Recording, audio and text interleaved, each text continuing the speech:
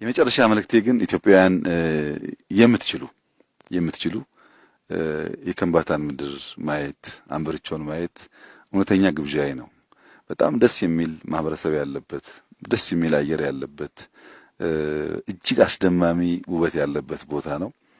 እንግዲህ ኢትዮጵያውያን ስንባል እንደምታውቁት ስንችል ዱባይ እንሽቀዳደማለን፣ አውሮፓ እንሽቀዳደማለን፣ አሜሪካ እንሽቀዳደማለን። ያ መጥፎ አይደለም ማየታችን። ግን በሀገራችን ውስጥ ብዙ የሚታዩ ነገሮች አሉ፣ ብዙ አስተማሪ ታሪኮች አሉና እኚህ ሽማግሌ በዚህ እድሜያቸው ባለፈውም ከኛ ጋር ወጡ፣ ዛሬም ከኛ ጋር ወጡ።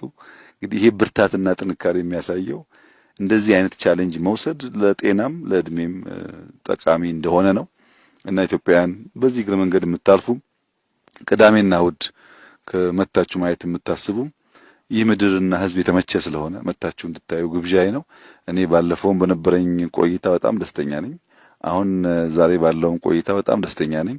የየሀገራችንን ሀብት፣ ጉልበት፣ አቅም እንዲህ እየፈለፈልን እያወቅን ስንሄድ እያወጣን ስንሄድ ኢትዮጵያ ትልቅ ሀገር ናት።